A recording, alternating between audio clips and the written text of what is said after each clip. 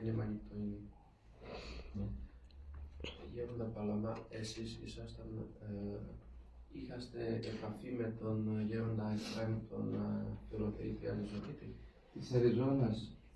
Όχι, δεν μ' αξίωσε ο Θεός, όμως δεν μ' αξίωσε ο Θεός γιατί είχα μια δικαστική περιπέτεια για το μοναστήρι. Otázka bola, že či otec Palamas, pretože jeho duchovník bol tento starec Efrem a jeho starec, duchovník, bol otec Efrem v Arizone, o ktorom som rozprával, v Amerike. A Jurko sa pýtal, že či otec Palama mal kontakt aj s tým Efremom Arizonským. A otec Palama odpovedá, že nie, pretože v tom čase mal nejaké súdne spory ohľadne monastiera a štátu a pozemky a tak ďalej. Επειδή είχα το δικαστικό αγώνα για το μοναστήρι, μου είχαν απαγορεύσει την έξοδο από την Ελλάδα. Δεν μπορούσα να φύγω από την Ελλάδα, να ταξιδέψω στην Αμερική και να τον δω. A keďže vlastne ho vláčili po súdoch ohľadne monastiera, tak mu zakázali opustiť Grécko. Čiže nemohol ísť do Ameriky so starcom Efremom. Ετοιμάστηκα να πάω, αλλά δεν μπόρεσα. Δεν μ' αφήνανε. Ja som sa aj pripravoval na cestu do Ameriky, ale nedovolili mi vycestovať. Έστειλα όμως κάποιον άνθρωπο να του πει για το πρόβλημά μου.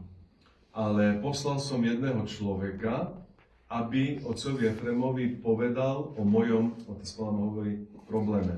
Ήταν προς το τέλος της ζωής του που λένε ότι είχε χάσει το μυαλό του από άνοια. Bolo to už ku koncu života, kedy hovoria, že už ani nevedel o sebe, že už vlastne bol taký starý, že už vlastne zabudal.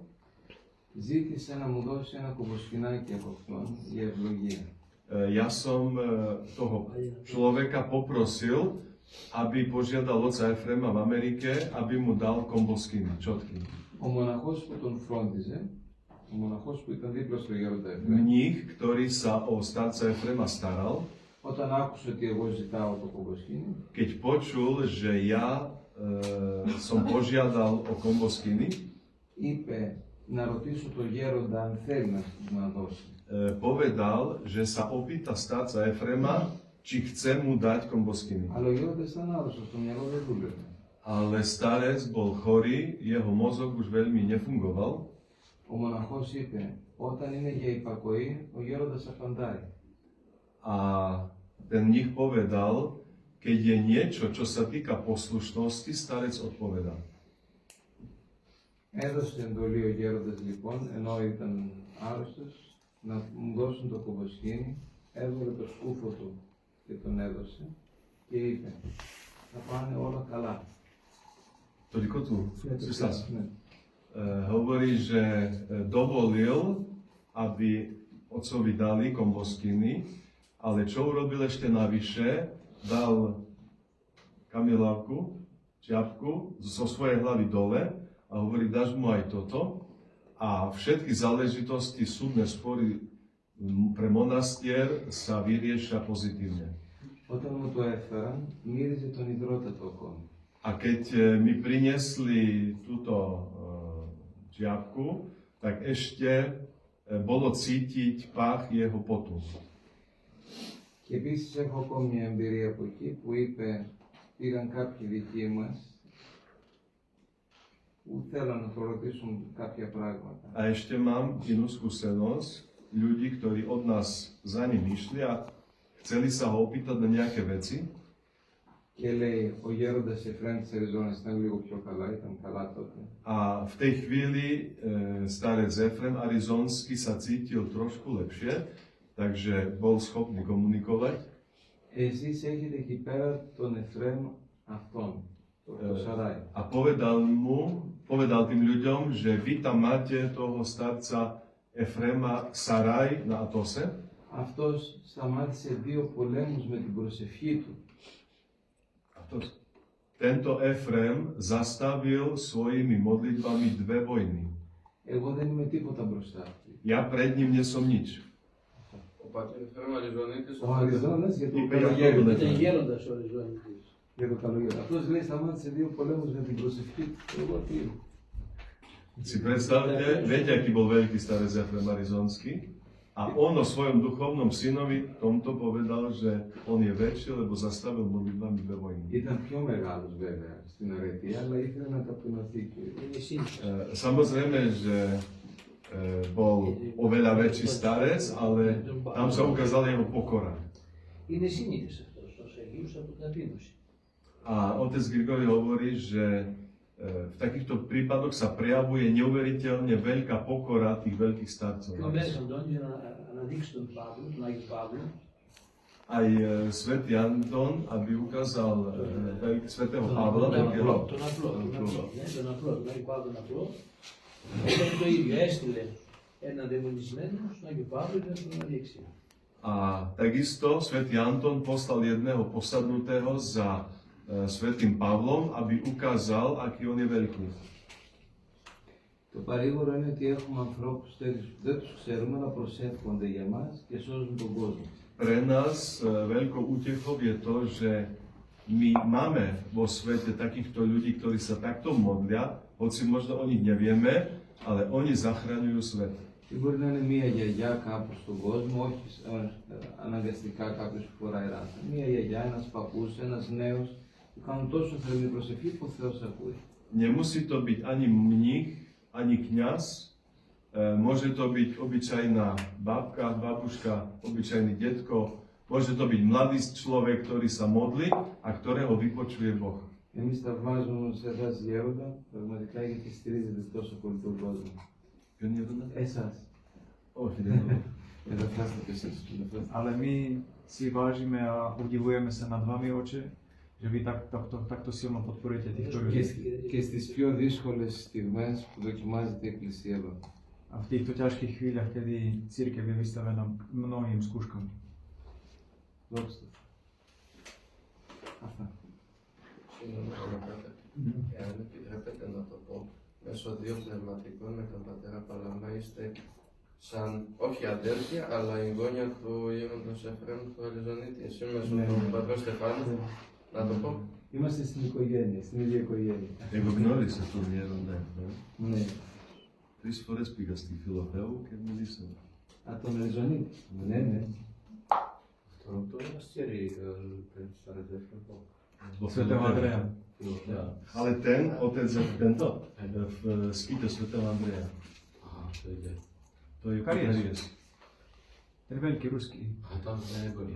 Sme sa rozbehli, ale sme tam už neostali. Môžem to povedať? Môžeš. Že v podstate otec Palama cez svojho starca Efrema je duchovným vnukom starca Efrema Arizonského a otec Jan zase cez svojho starca, otca Stefana, je takisto duchovným vnukom starca Efrema, čiže v podstate sú Druhý nie bratia, ale bratranci druhého pokolenia. vnúčatá bratia. Και το σημαντικό είναι ότι ο Εφραίμ της Αριζόνα είναι πνευματικό παιδί ενός Αγίου Οσίου Εφραίμ του Ισυχαστή.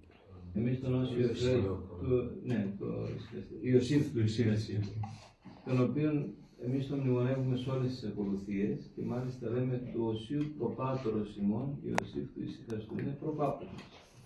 Και εγώ τον μνημονεύω τώρα, προσέξατε σήμερα. Αλλά ναι, απλώς λέω, εμείς λέμε το Οσίου Προπάτορος, ότι είναι παππούς.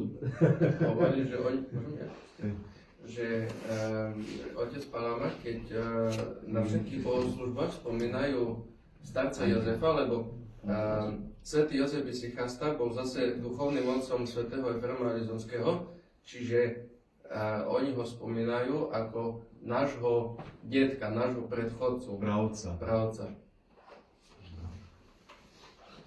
Ευχαριστούμε για την υπομονή σας και την αγάπη σας. Εγώ, το ξέρετε πώς πήγε η κάρα του Αγίου Ιωσήφ του Ισυχαστή στην Αμερική. Και λέει, στείλτε μου την κάρα στην Αριζόνα. Να αποκορεύω. Με τα αεροπλάνα, με τους ελέγχους. Μη σας νοιάζει, εγώ θα κάνω προσευχή, στείλτε. Και στείλανε την κάρα, το Αγίου Ιωσήφ, και τα μηχανήματα στα αεροδρόμια δεν πρόσεξαν πουθενά. Και έφτασε στην Αριζόνα. η κάρα του Οσίου. Πάντως, αν θέλει να δουλέψει ο Θεός, γίνεται χωρίς να χρειάζεται. Ναι, Έχουμε δει πολλά τέτοια. ναι. Hovorím, že Και εμείς ξεκινήσαμε στα Ιερουσαλήμ να πηγαίνουμε κάποιες εικόνες, κάτι αυτά. Περνάμε μέσα στο αεροδρόμιο, βγαίνουμε το αεροδρόμιο. Πού στο Τελαβίβ, δεν περνάει τίποτα. Και κουβαλάγαμε εικόνες, κουβαλάγαμε. Hovorím, že jaký bol veľký otec Efrem arizonský, keď svojho starca, otca Jozefa Isikastu, chcel, aby jeho hlavu mu z Atosu poslali do Ameriky. A hovorí, ako? Veď nie je možné ostatky ľudí posielať a ešte nie cez kontroly na letiskách. Hovorí, vy sa nestarajte, vy zabalte a pošlite. A prešla tá hlava cez niekoľko skenerov na letisku a nikto nič nevidel, lebo starec Efrem sa modlil, tak došla hlava do Arizony. Takže, a on hovorí, otec Grigori, že to isté zažívali, keď boli v Jeruzaleme, na letisku v Tel Avive, kde sú neskutočné kontroly, a vôbec im nevidel prístroje, že majú ikony, že majú kríže. Εικόνες τέμπλου, ήταν στην πλάτη. Majú také veľké ikony, čo sa dávajú na ikonostas. Τις πήγαινε στον Άγιο Μόδεσο, στο Αμπούτορ. Και τελευταία με βγήκα στην πόρτα που έφευγα, λέει που πας εσύ. Περάσαμε τους ελέγχους όλοι, δεν μπαίνουν μέσα. Αυτά είναι αυτό που μιλήσω. Hovorí, že toto sú tie Božie Κάτι άλλο, divy. στο το χρόνο, κάτι άλλο θέλουν να ρωτήσουν έτσι. Chcete sa ešte niečo opýtať? Niekto? Ja som chcel spýtať, že kedy teda bude na Slovensku monastir, či nám vedia povedať. Αν μπορείτε να μας πείτε, αν το ξέρετε, πότε θα γίνει το Ορθόδοξο Μοναστήρι στη Σλοβακία. Είναι μυστικό αυτό που λένε. Že to je tajomstvo. Τα μυστικά τα λέμε. Tajomstva nehovoríme. Λοιπόν, Zázraky na potkání. όταν θέλει ο Θεός θα γίνει και αυτό. Keď Boh bude chcieť, tak sa stane. Κοίταξε, όπως όταν ένας θέλει να γίνει μοναχός και θέλει και ο Θεός, όλος ο κόσμος να πάει ανάποδα θα γίνει. Keď Boh, aj ten, čo sa chce stať mníchom, sa rozhodne, že chce byť, Εμείς το ζήσαμε αυτό στην προσωπική μας ζωή. aj keby celý svet išiel proti nemu, aj tak Boh mu pomôže a bude monastér. Έτσι θα γίνει και το μοναστήρι. Όταν θέλει ο Θεός, όλοι να πέσουν πάνω, αυτό θα γίνει. Keď bude Boh chcieť, aj keď všetci sa postavia proti, vtedy sa postavia. Εμείς και οι τρεις ξεκινήσαμε μόνοι μας, με τους γεροντάρχους μας. My všetci traja, čo sme tu, Ο Γιάννης είναι ikumeni, κτήτορας, ο Γιάννης είναι κτήτορας. Το ξέρεις το παιδί. všetci traja, čo sme tu, sme začali sami, so svojimi starcami. Λοιπόν, Otec Teoklid je zakladateľ monastiera. ο γέροντάς μου μόνος του. Môj starec sám takisto založil monastier. Ο πατήρ Παλαμάς μπορεί να μπήκε σε ένα μοναστήριο, αλλά μόνο στο όνομα, δεν υπήρχε τίποτα. Δεχτήκαμε πάρα πολύ. Otec Palama takisto prišiel do monastiera, ktorý začal obnovovať, nič tam nebolo, a ide to. Ανελαίητο πόλεμο. A problémy, ako aj hovoril, súdil sa so štátom s Ανελαίητο tými πόλεμο. nekonečné problémy, Πολιτική, εκκλησιαστική, politické problémy, cirkevné problémy. Όμως, ζώντας μέσα σε ένα συνεχές θαύμα, Ale keď človek žije v neustálom zázraku, καταλάβαμε ότι δεν πρέπει να εμπιστεύουμε τους ανθρώπους. veríme a vidíme, že nesmieme veriť a Λέει dôverovať και ο ľuďom. προφήτης Δαβίδ, μην ελπίζεις σε άρχοντες και ιούς ανθρώπων, διότι από αυτούς δεν θα έρθει η σωτηρία. Tak ako hovorí aj prorok Dávid, Και επειδή, nedôverujte ľuďom ani vládcom tohto sveta, ale Bohu. επειδή όπως είπε και ο πατήρ Παλαμάς, είναι θεϊκός έρωτας αυτός που δημιουργείται μεταξύ του πιστού και του Θεού, Pretože tá láska, ktorá sa vytvára medzi veriacim a ο Bohom, Θεός to je láska nekonečná, je to δεν vrúcna θέλει láska. να μοιραζόμαστε την αγάπη του με άλλους. Δεν θέλει να μοιραζόμαστε την αγάπη του με άλλους. Ποιος? Ο Θεός. A Boh nechce, aby sme sa s inými ľuďmi delili o lásku k nemu. Και έτσι εμάς τους μοναχούς μας μαθαίνει να μην ελπίζουμε στους ανθρώπους. Preto nás mníchov učí, aby sme nedôverovali ľuďom. Και εκεί βλέπουμε και ζούμε ένα συνεχές θαύμα. A v takejto chvíli my žijeme v neustálom zázraku. Ο διάβολος είναι εγωιστής. Zázrak Božej prítomnosti, pretože diabol je egoista. Κάνει πολύ φασάδια. Diabol robí veľký rozruch. Αλλά δεν έχει υπομονή γιατί είναι εγωιστής. ale nemá trpezlivosť, pretože je egoista. Ο Θεός βλέπει σιγά και σιγά, γιατί είναι ταπεινός. A Boh je pokorný, preto všetko robí Οπότε μη potichu μας a pomaly. φοβίζουν αυτά που γίνεται τώρα γύρω μας. Θα πέσουν μόνο τους. My sa nemusíme bať toho, čo sa deje okolo nás, všetko Ο spadne. γέροντάς μου πριν φύγει από τη ζωή για αρκετούς μήνες, γιατί και αυτός πληροφορεί ότι θα φύγει, Môj starec Timotej predtým niekoľko mesiacov, keď odišiel z tohto πριν svetu, κοιμηθεί, μας έλεγε δεν θα Ας- είναι στον αίος κοντά σας. asi 5 alebo 6 mesiacov pred svojim odchodom zo zeme, pretože mal takú informáciu, že odíde, Είχε συνοψίσει τις παρακαταθήκες του, τις εντολές του στα καλοκαίρια του σε 2 λέξεις. všetky tie nízke reči a sľuby zhrnul do 2 slov. Πατέρες, αγάπη και ενότητα. Otcovia, lásku a jednotu. Αν υπάρχει αγάπη και ενότητα, δεν μπορεί ο διάβολος να μπει μέσα. Keď existuje láska a jednota, diabol medzi vás nemôže vojsť. Δεν είναι μοναστήρι, να πω εγώ, εκκλησία ή τύχη. Monastier nie sú múry, ktoré obklopujú nejaký Αλλά priestor, μοναστήρι, ενορία, είναι οι ψυχές των ανθρώπων. ale monastier, a rovnako aj cirkevná obec vaša, to je spoločenstvo duši, spoločenstvo ľudí. Κάτω από ένα δέντρο να είμαστε, πάλι εκκλησία είμαστε. Aj keby sme sedeli pod stromom, aj tam je Πάλι cirkev. μοναστήρι είμαστε. Opäť aj tam je monastier. Οπότε πρέπει να διασφαλίσουμε την αγάπη και την ενότητα. Preto musíme zabezpečiť lásku Πώς a θα γίνει jednotu. αυτό, να αφήνουμε στην άκρη τις ανθρώπινες αδυναμίες μας. Musíme sa naučiť dať nabok naše slabosti a naše ľudské.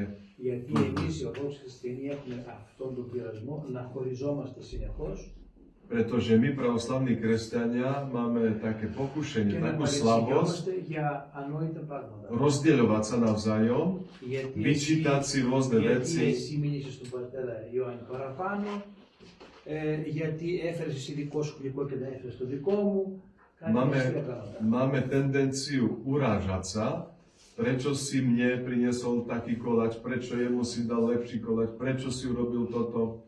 Αυτά μικρά σκοτώνουν σιγά σιγά, κρυώνουν την αγάπη του Χριστού που έχουμε ανάμεσά μας. A práve takéto maličkosti utlmujú a ochladzujú Božiu lásku. Αποφασή, Ne, logicky.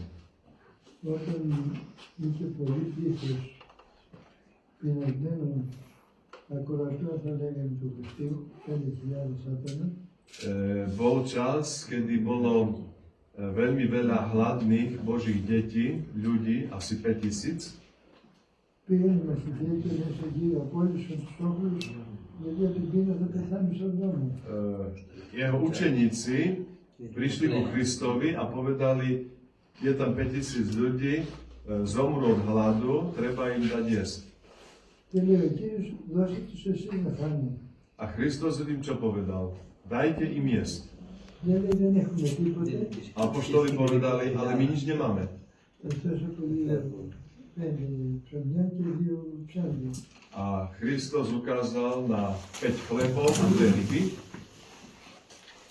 Οπότε ο Χριστός είναι παντοδύναμος. Δεν είναι. To znamená, že Kristus je všemohúcný, alebo nie. Και η Εκκλησία η Ορθόδοξος είναι ο Χριστός. A pravoslavná církev je Kristus. Και τα μέλη της Εκκλησίας του Χριστού είμαστε οι πιστοί που συνδεόμεθα με τον Χριστό. A členovia Kristovej církvy, to sme my, ktorí sme zjednotení s Kristom. Λοιπόν, και είπε στους συμμετέχοντες, φέρτε τους άλλους εδώ. Preto svojim učeníkom povedal, prineste 5 chlebov, čo máte, a 2 ryby. Τα οποία τα ψάρια και το ψωμί τα ευλόγησε Požehnal aj chleby, aj ryby και χόρτασαν 5.000 εκτός γυναικών και παιδιών που λέει a nasytilo sa 5000 ľudí, okrem žien a detí. και μετά το χορτασμό A po nasytení έδωσε εντολή στους μαθητάς να μας δείξει το πνεύμα της οικονομίας, να μαζέψουν τα περισσότερα, τα κομμάτια, και να μην ξεχαστούν. keď sa nasytili, tak im povedal, aby pozbierali tie zvyšné omrvinky alebo chleby, ktoré ostali. Αυτό το είπα, ζήτησε να του δώσουν τα ψωμιά που είχαν και τα ψάρια και αυτά ευλόγησε. To znamená, tak ako som povedal, že Kristus požiadal od svojich učeníkov, aby oni mu dali tých 5 chlebov a 2 ryby. Επομένως, ας βρεθεί ένα ή δεύτερο ή τρίτο άτομο που θέλουν να γίνουν μοναχοί εδώ To και να znamená, ευλογήσω Θεό να γίνουν μοναστήρι. to znamená, že tu je odpoveď, že keď sa nájde 1, 2, 3 ľudia, ktorí túžia žiť nízkym životom, vtedy ich Boh požehná a bude monastér. Γιατί μπορεί να γίνει κτίσμα με ναούς, με κελιά και όλα αυτά, Pretože môže sa stať, že sa postaví budova, postavia sa kelie, postaví sa chrám και να λένε ότι είναι μοναστήρι, αλλά τι θέλει μέσα, a môžu povedať, že toto je monastier, θέλει μοναχούς. ale dnu sú potrební mnísi. Έτσι λοιπόν, να βρεθούν άνθρωποι οι οποίοι αγαπούν τον Χριστό και να γίνει μοναστήρι και αύριο μπορεί να γίνει, να ξεκινήσουν από αγάπη στον Θεό. To znamená, že musia sa nájsť ľudia, ktorí chcú, aby bol monastier. A monastier môže fungovať od zajtra. A Boh im bude pomáhať. Λοιπόν,